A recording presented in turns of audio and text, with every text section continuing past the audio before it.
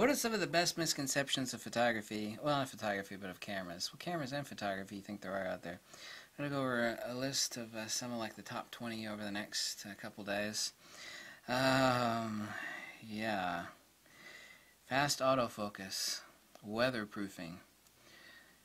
Speedlight illumination. Weatherproofing, number one. If you ask anybody that fixes cameras, they will tell you the cameras that come in for repair or come in to be repaired, and of course we're told you can't fix them, are cameras that are marked weatherproof. There's no such thing as a weatherproof camera. Anybody that talks about weatherproof lenses and weatherproof cameras is a fool. And the term is not weatherproof. The actual specific verbiage that the camera guys use is weather resistant. But people bandy about the word, well, weatherproof. Weather resistant. Even weather resistant is inaccurate. There's short-term invasive versus long-term pervasive. And well, what does that mean? That's like, well, your house is protected against burglars and has a top-notch security system, but the wood is all exposed and the termites are like undermining your foundation. What destroys the camera, and this all has to do with weather resistance, which is absolute epic BS of the highest order. It's the sort of crap. I know where all the O-rings and gaskets are in these damn cameras and lenses. It doesn't stop a damn thing. The moisture gets in there.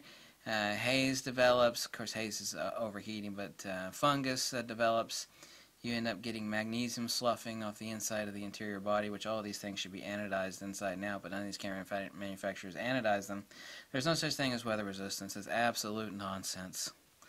Absolute nonsense. I even saw recent threads like, it turns out weather resistance is not real. It's like I took it out in a torrential rainstorm. You know, I had it partially protected, but you know, now there's like water floating inside the viewfinder.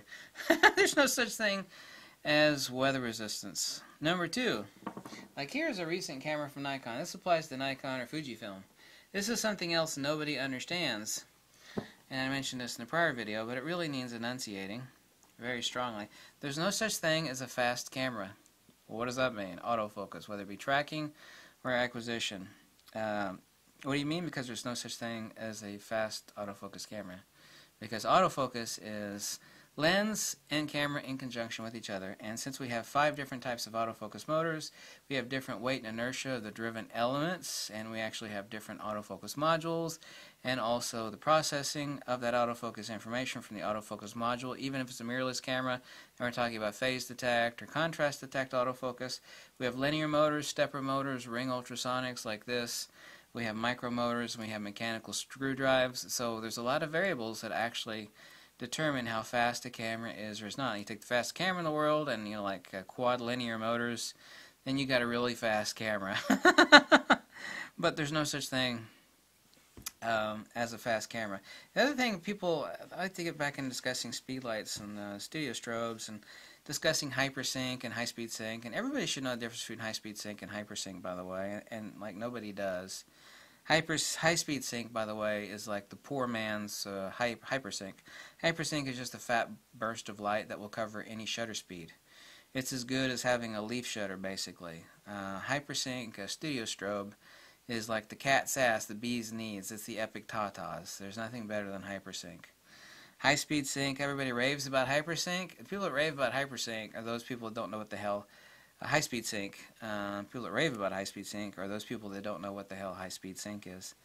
Another important thing that people don't realize, what controls what on a camera when it comes to flash photography. Your shutter throttles your ambient light. Of course, your aperture does as well. But your shutter and your aperture, specifically your shutter, has no bearing on, in most cases, unless you're shooting like in a high power unit, shooting 1/640th of a second, T1 time pulse of light, your studio strobe, and specifically, basically every speed light, since the average 1/2 power is about 1/8000th of a second, typically actually more than that, 1/12,000th of a second, depending on the speed light. Whatever you set your shutter speed at, people ask me this question all the time. They'll change their shutter speed on their camera, and they'll have the same flash output setting. It's like nothing's changing. And it's like, you're right. And the reason for that is your pulse time on your speed light is is 99 times out of 100 much faster than any shutter speed you will set on that camera. It doesn't matter if you're shooting at 1/2 of a second or 1/8,000th of a second. The speed light burst is actually popping through whatever speed it is you're dropping on it. The issue with banding, of course, is the second curtain that's actually dropping down and causing banding, but I'm actually talking about the fact that your speed light is dropping way faster. It's dropping instantaneous light. People don't seem to realize the connection between different types of lighting. It's like, well, light is light. It's like, no, it isn't, because your shutter controls your ambient light, which is pouring in, like a faucet or like somebody pouring a pitcher. So your shutter speed does control your ambient light.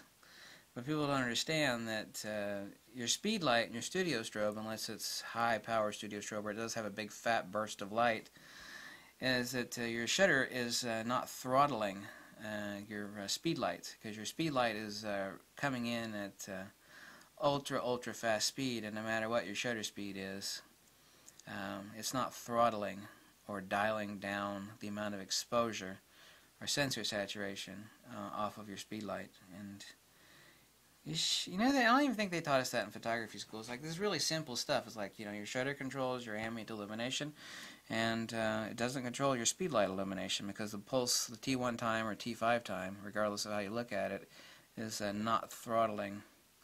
It's not being throttled by your shutter speed. I'm trying to think about the perfect analogy that I could come up with so people could understand this, because they still get confused, and I always do come up with really perfect analogies, so I'll have to come up with one that's really perfect. Anyway, I have to fly down to Florida next week because, you know, there's like stuff rotting in my freezer and refrigerator, and I don't really have the money to get down there. However, I do have tickets to get down there now. But I'll have to figure out. Anyway, I'll be down there for a week cleaning up the house. You know, hopefully the carpet isn't wet and whatnot, so I'll be gone next week, this time next week, to Florida, which right now, Florida, Southwest Florida, is a hellhole. It's like, well, the hurricane's gone. It's like, yeah, but it's a hellhole right there, right now. Even my neighbors who evacuated Orlando, even they don't have power. They're still sweltering and sweating their ass off. So, that's the answer to that one. Myths and nonsense about photography. There's like 100 of them, but only 20 primary ones. I'm exhausted today, frankly. So anyway, thanks for watching. Sorry I seem kind of droopy, but I'm droopy because I'm tired. You get like that when you burn the candle at both ends. Thank you so much, and goodbye.